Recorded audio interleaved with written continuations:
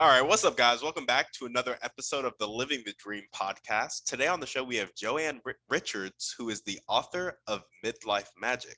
Joanne, how you doing? I'm great. How are you? Doing well, doing well. Thanks for coming on the show. We're excited to hear about your dreams, your goals, your book, and a little bit more about your life, which is so interesting. Well, thanks for having me. It's an honor. Yeah, of course. So we'd like to jump right in. If you could start with telling us a little bit more about yourself and your story and what Okay. you like to do for fun, that'd be great. Okay. Let's see. Basically, I'm a native Californian, but I currently live in Portland, Oregon to be near my daughter and my grandkids during COVID. So I was tired of being by myself in California. I am a bookkeeper and I published my book called Midlife Magic. I've been married 7 times, at least I'm on marriage number 7. So that does make my life a little weird and interesting. Numbers 1 through 6 were not great at all. And I've been through abuse, divorce, death, you name it, financial ruin. So I've been through the gambit. I'm currently actually married to a former military officer who was framed for something. So he's been in prison for almost 40 years. And I've known him for at least half of that, about half of that. So, again, it's another different kind of relationship, but not that the prison, we're making the prison part work, but, we have a really solid relationship, and that's rather different than my former relationships. Anyway, I have a grown daughter. I have 3 grandchildren ranging in ages from 13 to 19. And so it's wonderful to be near them. What I do for fun, I like to read, I knit, I crochet, I take walks. I love to go to high tea with my family. I love to travel, especially to the UK. I like to visit my family. So those are my big fun things. I love it. I love it. Can you tell us a little bit more about how you got married to somebody that was in In prison? prison. My roommate at the time, and this was like we met in 1997. So my roommate at the time, her husband was in prison, and I had visited him with her a couple times, and I'd been visiting somebody else. So the prison thing didn't scare me. One day she came home and said, "Hey, I met this really nice guy, your age. He's really smart. He was visiting with his mom. He's a friend of her husband. You might like him." It's like, okay, smart would be a new kind of boyfriend for me. So that's good. Um, I was really intrigued by the brainiac part. So, and he's truly a brainiac. Anyway, we started writing for 2 months, and then I was approved to visit him in person. And that was it. We courted for 5 years and got married in the prison visiting room. So with my daughter 7 months pregnant and a couple of friends, and our wedding cake was 2 Hostess cupcakes smashed together. I went on a wine tasting honeymoon by myself. It's crazy, but I'm used to visiting him like every week. So we write almost every day, and pre-COVID, we saw each other every week, unless he was in a far different part of California than I was living. So we've, developed this wonderfully strong, lots of communication relationships, lots of communication, and we've just made it work. It would be ideal if he were out. We've been doing this a long time, him not being out, and he's been doing it a lot longer than I've been with him. But it would be nice to have him home. So. Yeah, absolutely. Is he coming home or is he in for life? Technically, he has a life without parole sentence, but things are changing in California a bit, so that if you're old, which he is for prison, and if you have some health issues, which he does at his age, things are changing. So some of those guys are getting out, but right now that doesn't apply to life without parole. So we're hoping, things are working behind the scenes in the legislature. We're trying to get that to apply also to life without parole. And he has some lawyers that are helping him. It would be really hard for him to try to go. It would be way more expensive for him to try and get a new trial, all that kind of stuff, because all his legal remedies, most of them were exhausted right after in the years past his trial. So he is trying to get his sentence reduced. He's doing everything he can to legally either reduce his sentence so he can be eligible for parole, or get released because he's old and he's got health issues. So Gotcha. we haven't given up hope, but it's been a long haul. And was he framed for a military crime? He was no. He was framed for masterminding a murder that took place in Marin County, California in 1982. It had nothing, well, the secret backstory we believe does have stuff to do with his military, but there was a dead body, and the kids who got caught for doing it said he masterminded the whole thing. So basically, it's just a state murder case. Gotcha. Yeah. Okay. This is gonna sound whack. A lot of people are probably gonna judge me for this, but I have to ask because it's killing me. Okay. Is he a person of color? Pardon me? Is he a person of color? No, he's not. Gotcha.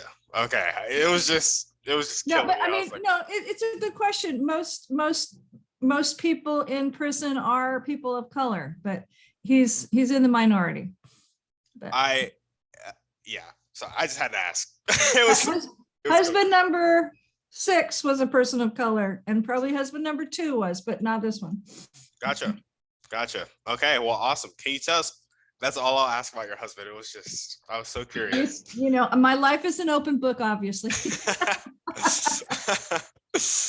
Awesome. Well, can you tell us a bit more about your motivation in life? What keeps you up and gets you up and keeps you going?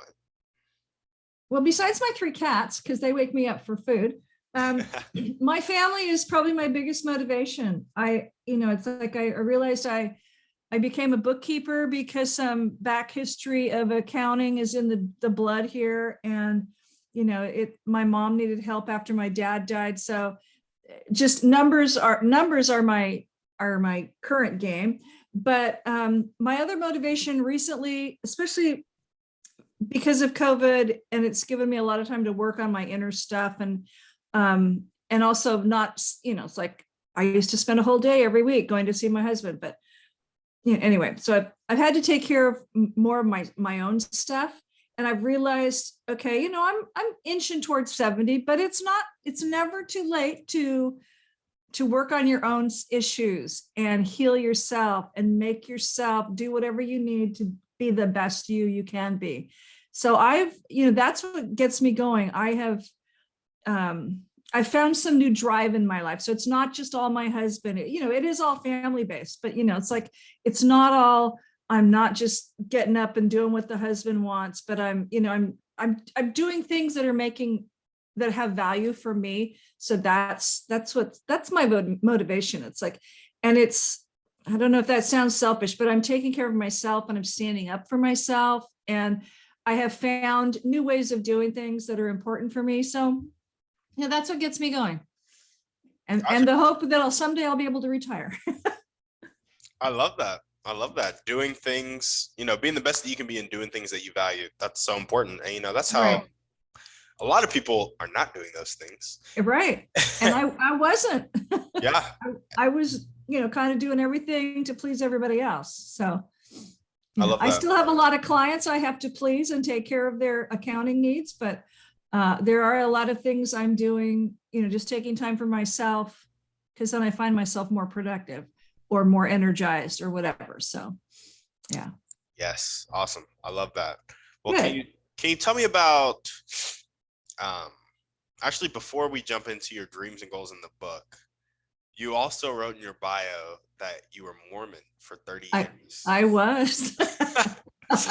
So, I'm not now. Yeah, I was so fascinated reading this Bible. I was like, what is going on?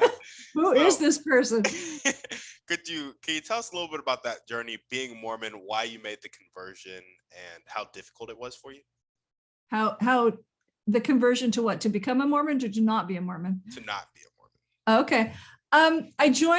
My family was Methodist, and they hardly ever went to church. They dropped us off at Sunday school. Sometimes my parents would go at holidays, but we weren't a religious family. The nativity scene went under the Christmas tree, and that's all good. when I was 10, we used to go camping with a family that were Mormons, and I became best friends with one of their kids. So, then I started going to church with them, and I liked the wholesome family atmosphere about the Mormon Church. And I really had no problems with the church. I just married several Mormon men who were rotten husbands.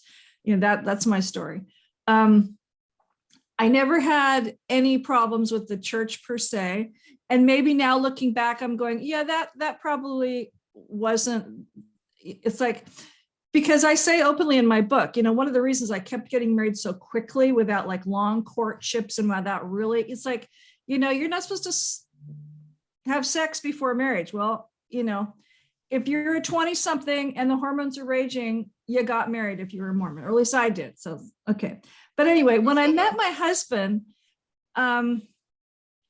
it was interesting because all of a sudden, because when you're a Mormon, you're spending like 3 hours, most of your days at church on Sunday. And, I found myself wanting to visit him more and more and just spend more time with this really interesting person. And we started discussing spiritual topics, which weren't, he's a pagan. He's openly a pagan, but he knows a lot about pretty much every religion and what all their different scriptures say. So we would have spiritual discussions, and I began to realize that spirituality was far more important to me than a particular religion and following their rules, because I wasn't always really good at following their rules, even though I believed in some of their, lovely ideas, but, I wasn't always good at obviously following all the rules, the big rules.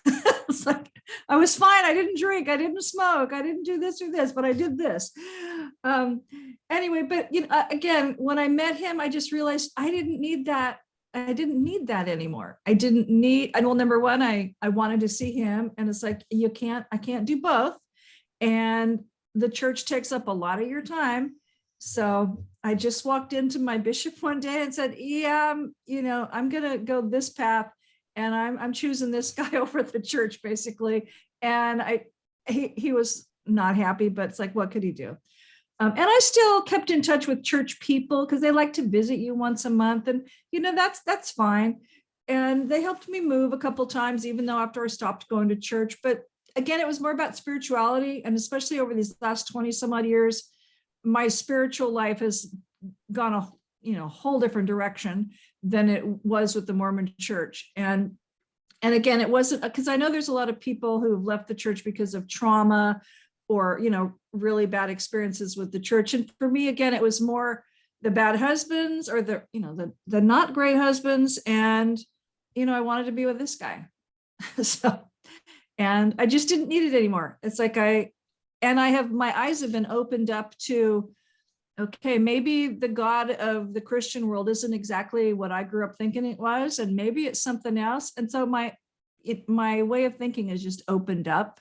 And it's like, in the Mormon Church, they don't talk about reincarnation. And it's like, well, okay, I've come to believe that I've had several lives. So it's like, I shouldn't have believed that if I was still a Mormon. But my eyes have opened up on a lot of topics that I just think are so cool that I wouldn't even have imagined, talking about or exploring when I was a Mormon. So. Gotcha. Was it anxiety inducing to become so open-minded after living in the Mormon Church for that long? Because I know, like, I'm a Christian, and a lot of people in the Christian church are really closed-minded, and you're really open-minded. I'm like, that's a huge dichotomy there. So tell us about that. It's interesting. And what I love to share is that when I first started talking about UFOs and all that stuff and the military stuff my husband was into, one of my new best friends from a conference, so the first conference I had a booth at, she's still a very active Mormon. And yet she and her husband, they've had UFO sightings, and they are totally, they're totally accepting of the whole concept of UFOs and other species. Okay, and the Mormon Church knows that stuff. So does the Catholic Church, and so does, all these other major churches. They just don't talk about it over the pulpit. But I can assure you that the Mormon leaders and the Catholic leaders were all working with the various militaries when it came to space stuff and alien stuff. So, But again, no, there was no big anxiety, especially about leaving the church. All of us, it was just cut and dry. It's like, oh, okay, I'm not going to church anymore. Okay, no big deal. And all of a sudden I just became studying other things and learning about other things. And, that's where my mind and my heart went. So, and it said, my family are not Mormons. So it's not like I had all these people giving me this backlash about leaving the church. My daughter left the church way before I did. And, so, Mom, I'm not going to church anymore. And she was, a young teenager. It's like, oh, okay. Well, and I guess I can't make you. So, and at that point, you shouldn't be trying to make your teenagers do certain things. But anyway, and it's, and again, it's like, I know a lot of people have studied the history of the church, but it's like, I didn't even get into that. It's like, I know a lot about the history of the church, but I never even got into that. And so that had no bearing on why I left, but. Gotcha. No anxiety. That's awesome. You're an awesome person. Oh, thank you. Alrighty, well, let's jump to your dreams and goals. Tell us a little bit about your book and vision for your life. Okay, my book, as you said, is called Midlife Magic. And about, I want to say 2010 or 12, I met this woman at a super soldier mind control conference. And I know I had a booth. I was on a panel. I don't think I was one of the main speakers, but I know I was on one of the panels. And we were, leaving the room for a break. And she said, so like, when's your next story coming out? I go, well, my husband will be writing another report, any time, because I'm usually speaking. I used to be just speaking about his stuff. And she goes, no, when's your story coming out? And I didn't know this woman. We've since become very good friends. And I go, my story, what have I got to say? And she said, no, you need to write your story. And okay, this woman didn't know me and she didn't know my life but she is very psychic. I've come to learn over the years. And so she knew I had a story to tell. And over the years, I'll backtrack a minute, but as a Mormon, you're supposed to, you're encouraged to journal and you're encouraged to write your family history. So I had tidbits about my family history and my own autobiography. I had a lot of that written down and I kept journals. So I have lots of notes about what I was going through and all the husbands and all that crap and all the, the highlights too. Anyway, over the years, I'd sit at a conference and I'd make notes. Oh yeah, I should probably work on my book. Okay, so I'm writing little notes for my chapters and I've got notes everywhere. And then in the year before COVID hit, I was at a networking group and this visitor came that I had done some bookkeeping work for. And she was introduced like as a writing coach and she was going to be starting this writing group up again. I was like, oh, well, maybe I should join that. So that'll kind of force me to work on this. So I started that and they started listening to parts of my story. And first they didn't get it. Why are you talking about UFOs and witchcraft and paranormal? It's like, why? And then I started at the beginning, like, here's my family history. Here's all the husbands. And then all of a sudden, UFOs and witchcraft were becoming part of mainstream news. And, oh, okay, now I get it. And so it kind of seems weird to have that all in one book, but the book is a short read. It's a little over 100 pages, but it talks about my childhood, a little bit about me being in the church, but, the values and why I joined the church. And then there's like why I got married so many times and a chapter about each husband. And the current husband has like 3 chapters, but, how I met them, why I married them, what went wrong, all the bad signs that I should have seen, it's like, and again, the courtships, if I could impart one piece of wisdom, it's like people date more than a month, date more than 2 months. It's like really get to know your person. And now I would say you ought to live with them before you get married. But even if you don't, there are plenty of ways to talk and get to know each other before you, decide to get married. But just know them way better than I ever knew any of my husbands before we got married, except for the current one. Anyway, so I worked on the book and then I also knew I needed to include my UFO stories because I have my own experiences with sightings. I have plenty of paranormal experiences and when I've been around spirits, which is so cool. And I embrace witchcraft in a good way. It's in a good way. It's the science and it's loving nature. And there's nothing dark about what I believe in or do or practice. And It's like before this interview, I went out for almost an hour-long walk, and it's just so cool to be out. I don't mind walking in the rain, but it's a beautiful day here in Portland. It's so energizing for me to get out and connect with nature. I love that. So I've had all these, people call them woo-woo experiences, but it's about, honing and practicing my intuition and how I protect myself. So the book is kind of a combination of that, my new path and, what I went through to get me on this new path. And okay, okay, I've just rambled. But so that's been a wonderful journey for me, because it really helped me work on myself and process the issues that I, should have looked at a long time ago. And it's helping my daughter and I maybe heal some of the wounds that got created by me marrying so many times. And, and again, I was putting the man first before my daughter, because she came first. She came before most of those husbands. Anyway, so that's the book. That's the story about the book in a nutshell. My dreams, besides retirement, and besides having my husband home so we could actually live together, I love to travel, and I've gone to several parts of the UK. I've been to England 5 times. In one of those trips, I was in Ireland. I really want to go to Scotland. I am just so in love with Scotland. I'm sure that's part of my family history, but it's like I'm so drawn there. And I also have family history in a certain part of Germany near Frankfurt, and I really want to go there and see where the family was from. And my family from England is from Manchester. So, I just want to explore more about my family roots that way. And my other dream is to, really speak to people. If there's somebody who needs to hear what I've learned, or just, it's like I am open to speaking to as many people that want to hear me about my message and with the process I've gone through. And if it can help somebody, cool. I spoke in September at the Wisdom Conference, which was a virtual conference, but it was such a lovely gathering of healers and light workers. And they asked me to speak. And it's like, I never thought I was part of that group. It was really cool, because I'm used to speaking at UFO conferences. But, a friend of mine was the organizer, and it was lovely, and it was very well accepted. And it was the first time I really gave a in-depth talk about my journey and what I've learned. So that was really nice. I would love to do more speaking about that. So those, travel and speaking are my big dreams. So Yeah, for sure. Travel and speaking. I love it. So we need to get rid of COVID.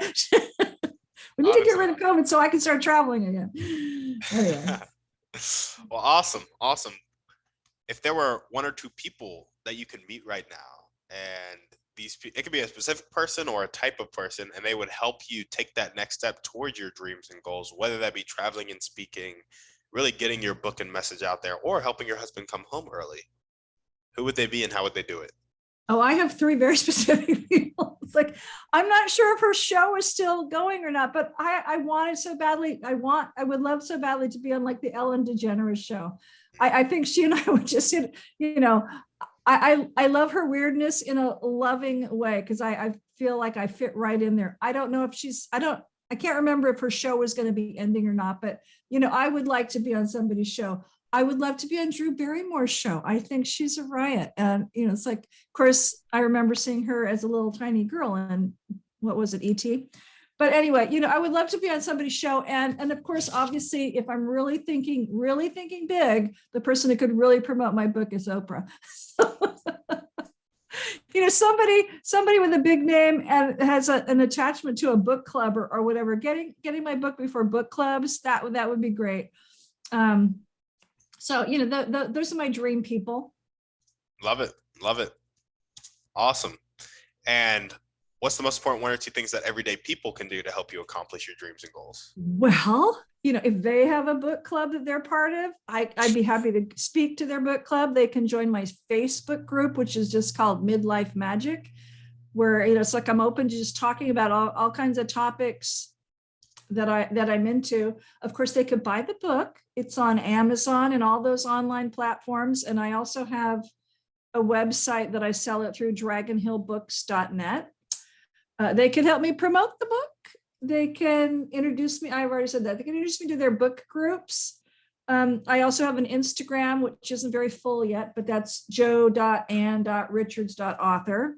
So I suppose, that it's like Facebook is probably my biggest social media. I'm doing more on LinkedIn, and I'm just a baby at Instagram. It's like, what do you mean I have to take a picture of it on my phone to then put it on Insta? Can I just post it on my computer? I'm like I said, I'm in my late 60s. What can I say? So those are the ways that, everyday people, buy the book, it's $10, or the ebook is like $6. So. Yeah. I love it.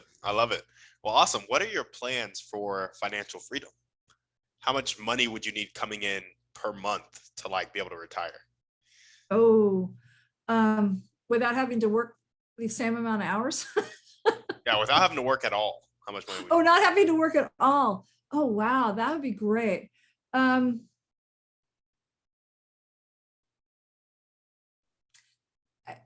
Probably 10 to 20 grand would be, because I really need to speed up my retirement savings. That's the other thing. It's like, I did not start saving for retirement until I was 60. So that is a big boo-boo.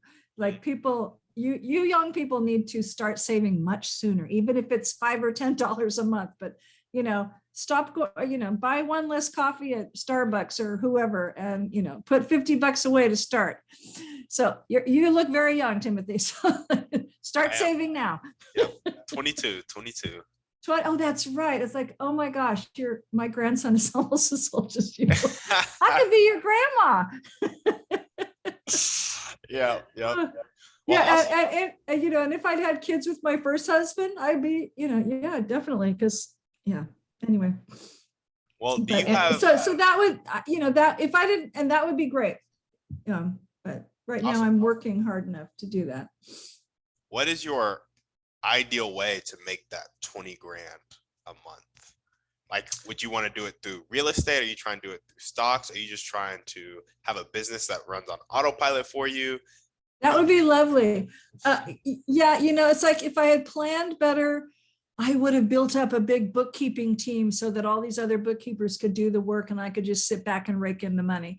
I also didn't do that, but I would love, and I know people do make good money speaking, and I know that the live presentations, aren't happening right now as much, but I would love to make money speaking or even selling the book in bigger ways. So, marketing your book is it's a lot of work.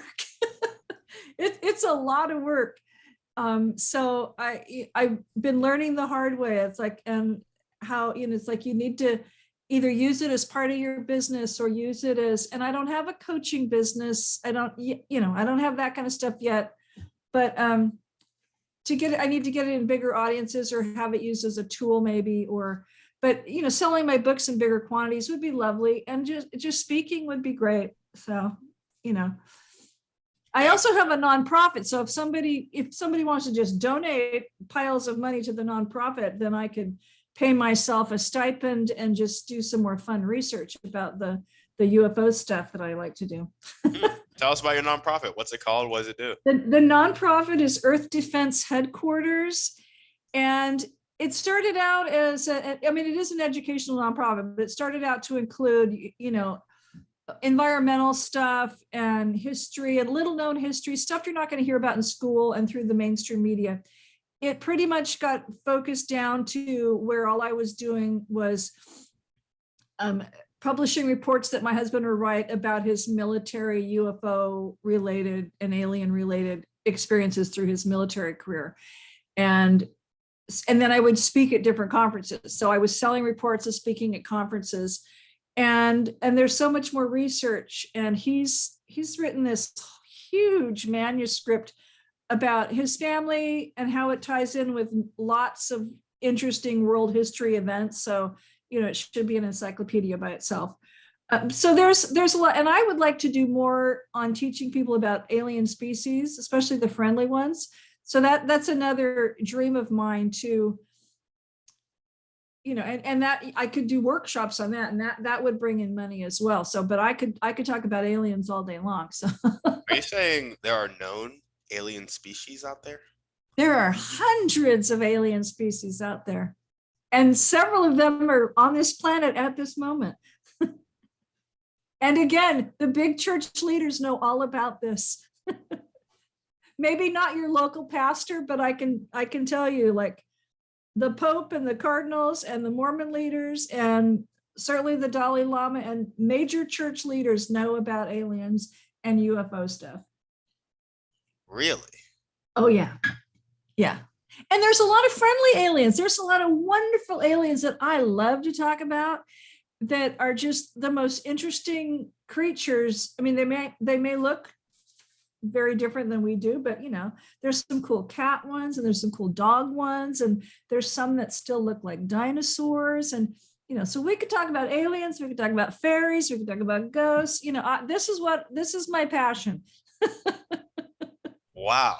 Yeah. Yeah. Okay. So I don't know if you can tell by my face, but I'm very, very skeptical.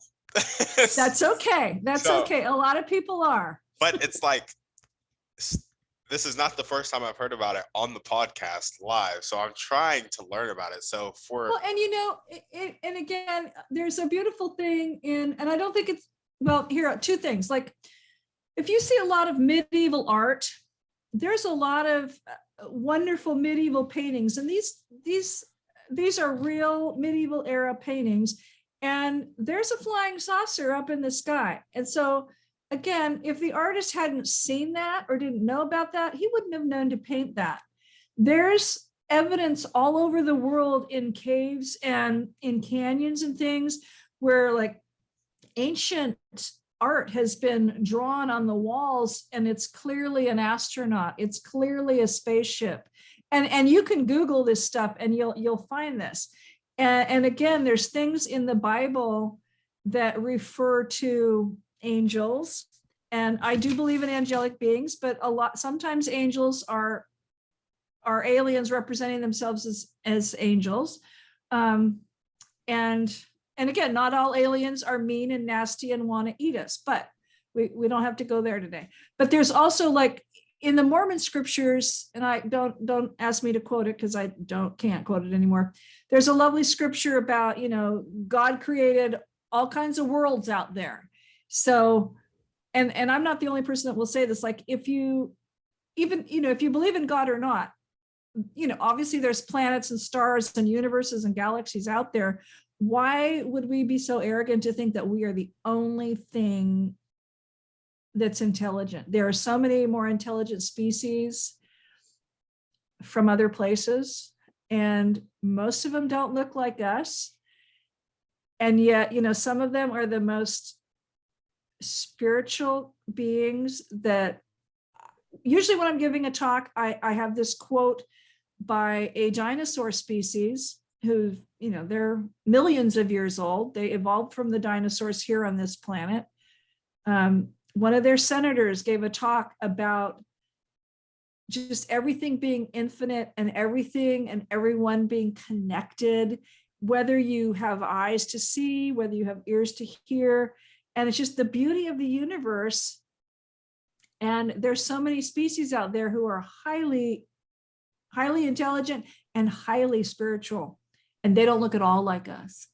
So yeah, there's one that looks like a giant beetle that can spew heated plasma if you're about to attack them.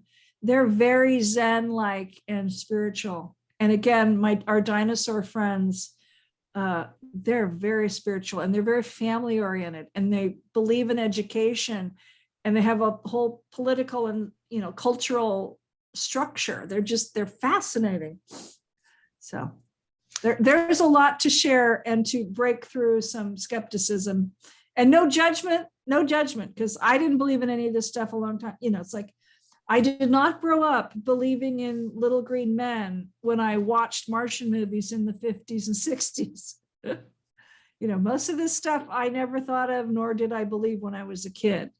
But I've come to embrace it, and for me it's real. Yeah. you may not ever find that it's real for you, but there are lots of us out there who do believe it's real. So I have two questions. Sure.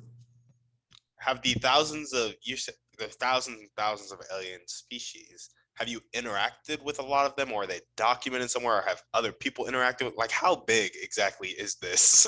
Like, It's huge. Number one, I know that there's hundreds. I don't know about thousands. I know there's hundreds of species. And that being said, there's millions of numbers, there's lots of them within each species. My husband has had personal interaction with many of them because with his dad's military career, my husband as a child was at a conference that was held in England in 1961, where there was a treaty conference between our government and military leaders and representatives from various alien species. They were talking about, well, do we let humans off the planet anymore? Because we were already going out into space in the 50s and 60s. And it's like, are we going to sell you our used spaceships? Can we kidnap humans? Do we give you our technology? They were having treaty conferences. So, and my husband saw hundreds of different kinds of species at this conference, and he got to play with some of their children who came with the parents as delegates. So my husband has firsthand knowledge and experience with them.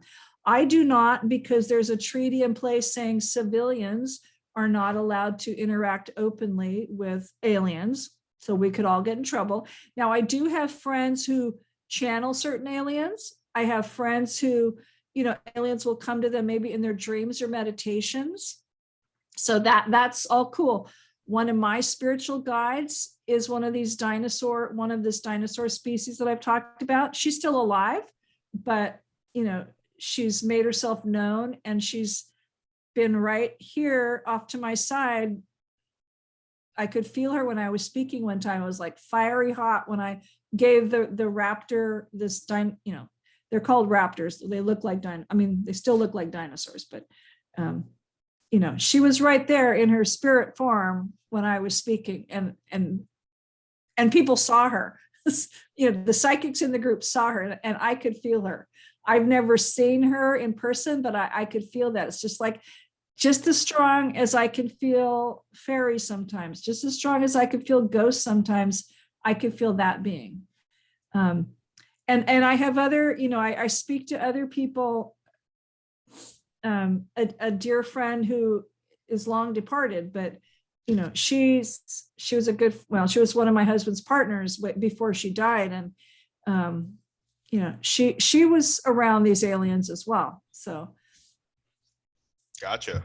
And I've talked to my husband's dad, who is now on the other side. Obviously, he had experiences with them as well. So there are people who've had experiences. Yeah, absolutely.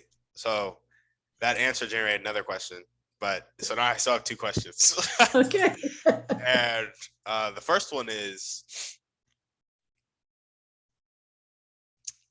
I've heard often about the universe because I think space is fascinating, and the fact that like the universe that we can see is like 5% of the known universe, and the rest of the universe there's like 95% of it out there that we can't even see. We don't have physics for, or whatever, and it's also constantly expanding into what, I don't know, but anyway, that stuff blows my mind. But I'm like, do you think or know that the alien species have greater knowledge of that? That's a good question. And I don't pretend to understand all the science, but especially after reading a lot of my husband's writings and talking to him at length, I've learned a lot more about space, because space and time, it's like, this fabric. It's not just this vast vacuum. And you're moving through these folds. It's like, okay, I can't explain it, but you're moving through these folds, and sometimes things contract, and you've got cool things called wormholes out there so that you can travel faster. And, space is beautiful.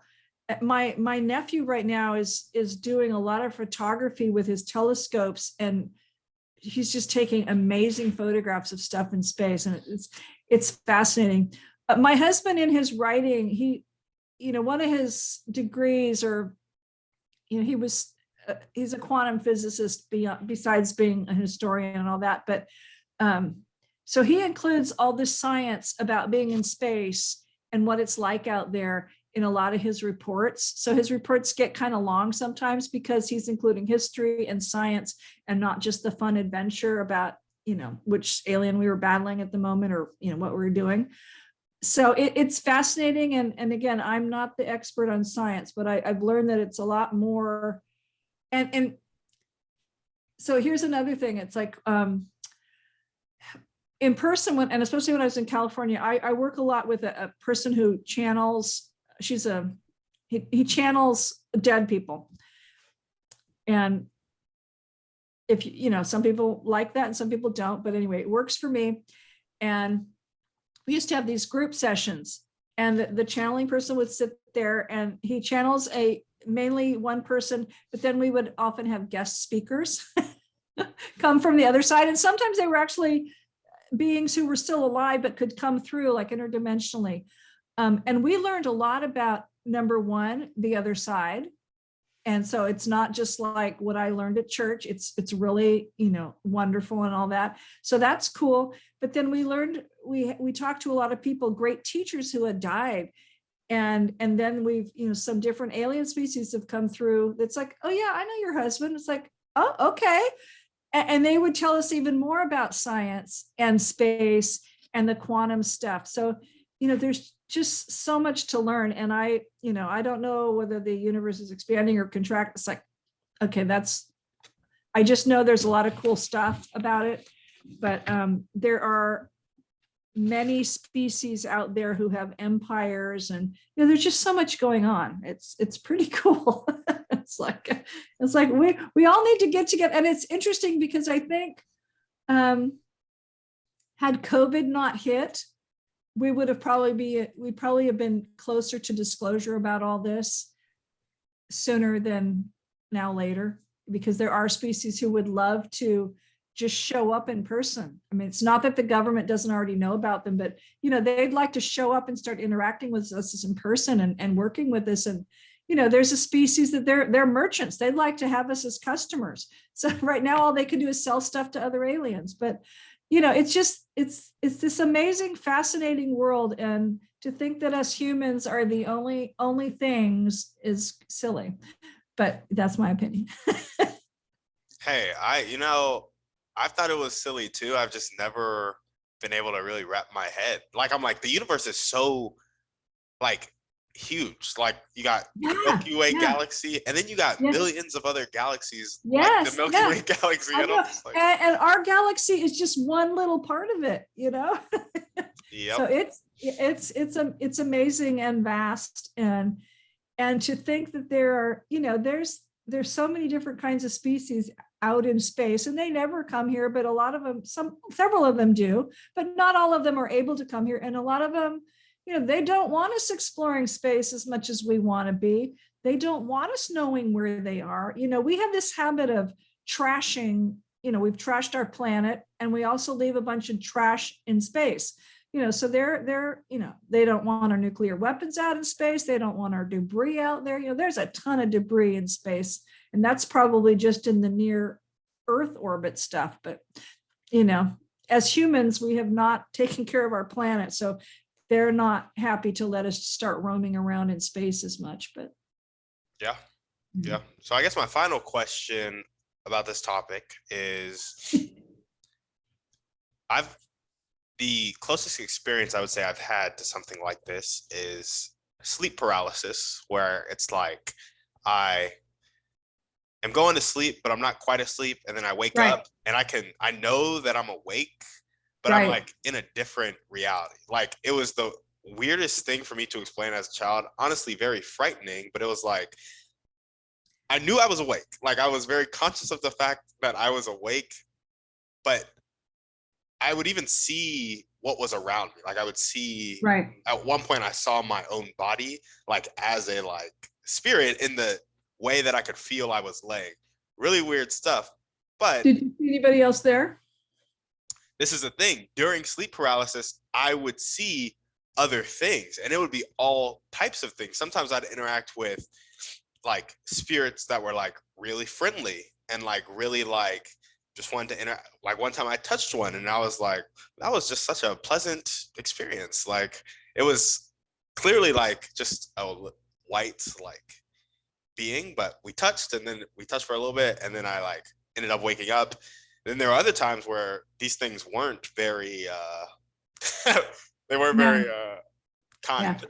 And I Yeah. just remember one time I was like, often I would enter sleep paralysis when I was like dehydrated and went to sleep. Really Okay. weird thing I found out. And I was trying to walk down to my kitchen to get water because I felt thirsty, but I was in my sleep paralysis state, but I was up and walking like Oh, I wow. wasn't. It was so strangest thing ever, but they were stopping me from getting to the fridge. And it was Oh, just, really? yeah, really. So this is the only experience I had. And so would you say that is like alien experience or would you say I'm crazy? You're not crazy. I would never say you're crazy. I have heard many people talk, many people who like researchers and experiencers who have had alien abductions or just alien experiences have said they've experienced some kind of sleep paralysis. So, I don't know whether you were touching or meeting alien beings or just spirit entities that were friendly or not friendly, but again, I have heard several people when they're talking about their alien experiences, they have had some kind of sleep paralysis where they can't move and these aliens are doing stuff to them or whatever. So it could very well have been whether you were abducted or not, or whether you were just in your room and they were checking you out. I don't think you're crazy. No. Awesome. Appreciate that. Have I had that? No. But I have heard that, and it's not uncommon. So yeah, I really thought I was crazy when it was happening. I started looking up stuff about sleep paralysis. I was like, am I going insane? Like no. oh man. And gratefully, there's several people who do like regression hypnosis and stuff with people who really can help people if they really want to figure out, well, what did I go through or whatever. So I'm not saying that everybody should do that. I don't know. I've never done that, but I don't think I've ever had an alien abduction experience myself, but I've had lots of other kinds of experiences, but I do know there are hypnotists who, do help people with that. So, Gotcha. Yeah. Well, awesome. We are running a bit short on time, so I'm going to skip our Thriving Three. Was there anything from the Thriving Three that you really wanted to talk about? You had asked, was there a favorite book? And I will say that, I read a lot, and I read a lot of mysteries, but my daughter encouraged me to read the book called Untamed by Glennon Doyle.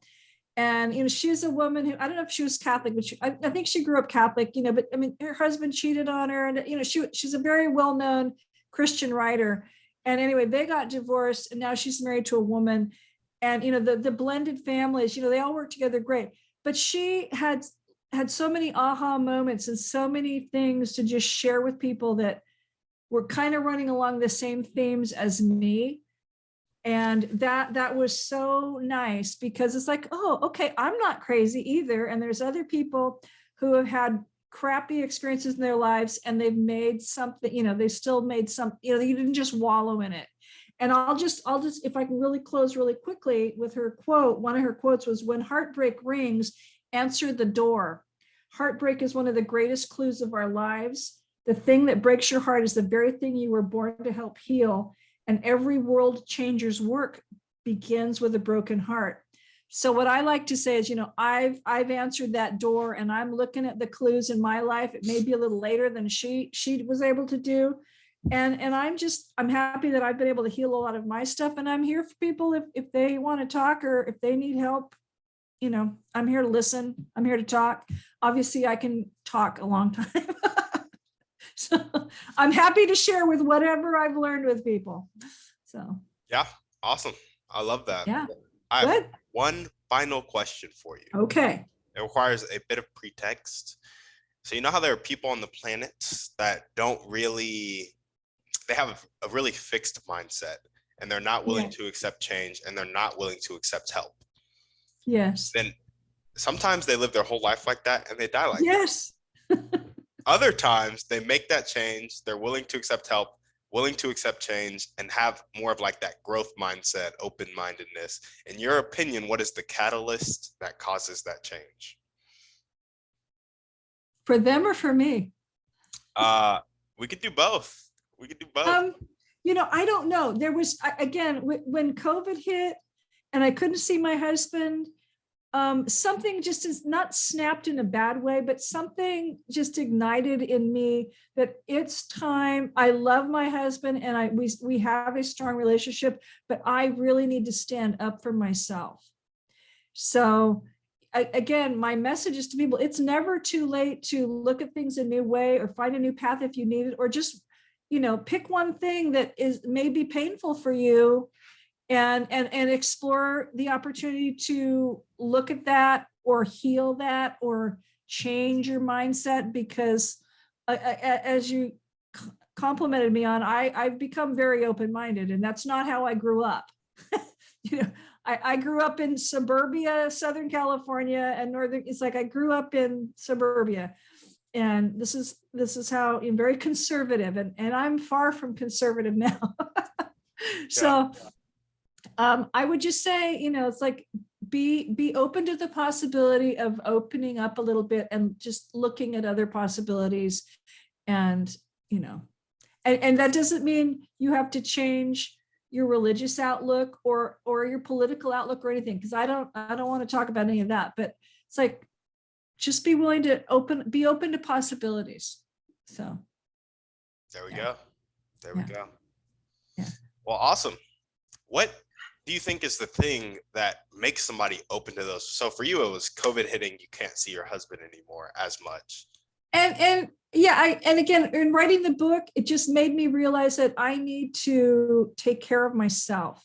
So, so maybe, just for an example, like I went along with all these marriages, and I would say I was very codependent. I was a purple pleaser. I was a people pleaser. And I, in the Mormon Church, the man is the head of the household and you're supposed to do what the man says. And it's like, okay, well, in my mind, it's like, it's supposed to be an equal partnership. So again, men or women, like stand up for yourself and,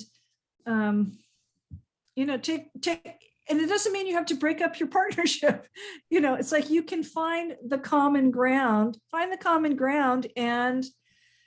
but still take care of yourself, because you're going to be a better partner if you're a better person, and if you're not in a partnership at the moment, it's like become the best person you can be and you'll attract the kind of partner you want. And that's true for clients or romantic partners. It's like you become the kind of person you want to be, or the kind of client you want to be, or the kind of romantic partner you want to be or have. And if you become that, then that's what you'll attract. So yeah, I don't know if that answered your question, but it's like I'm all about taking care of myself, and and again, like my husband and I have been together for we've been married 19 years. We've been together over 20 years, but, and we're still finding new ways to communicate. It's like, okay, well, if I said this, maybe you need to ask me about what I said so that we don't have any miscommunication, or just know that, okay, I've changed how I am a little bit in the last few years. Number one, you've got to get used to it. And number two, it's just like, this is, I'm just not going to be afraid to speak my mind, and we can make that work. So, but you can make all that work whether you're in a relationship or not. So. Absolutely. Well, I love it. There we go. Good. Is there anything else you want to chat about before we sign off, Joanne?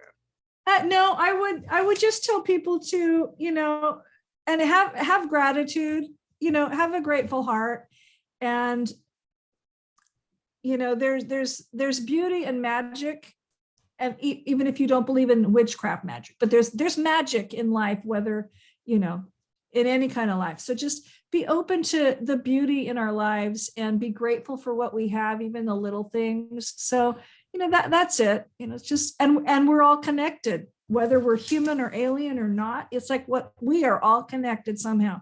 this universe is a vast place. And even if you only want to think about what's here on earth, there's a lot of people in our community. I would have never said hello to as many strangers as I say hello to now on my walks. I don't stop and have long conversations with these people because I don't, but we'll say hello and how are you? And, now they know that I'm out there walking and, it's just, I'll have new friends, but just don't be afraid to take a little bit of a chance. There we go. Yeah. Well, guys, thank you for watching. Joanne, thank you for coming on the show. If you guys, thank you for having me. Yeah, absolutely. If you guys are listening to this and you loved what Joanne had to say, you want to help her out with her dreams and goals, make sure to do the things she talked about, buy the book, spread the word, join the Facebook group, as well as introduce her to either Ellen, Drew, or Oprah. Thank you. That would be fabulous. Yeah, absolutely. As we always ask, send this podcast to 1 to 3 people need to hear this message. Shoot us a 5-star review on iTunes, and we're out.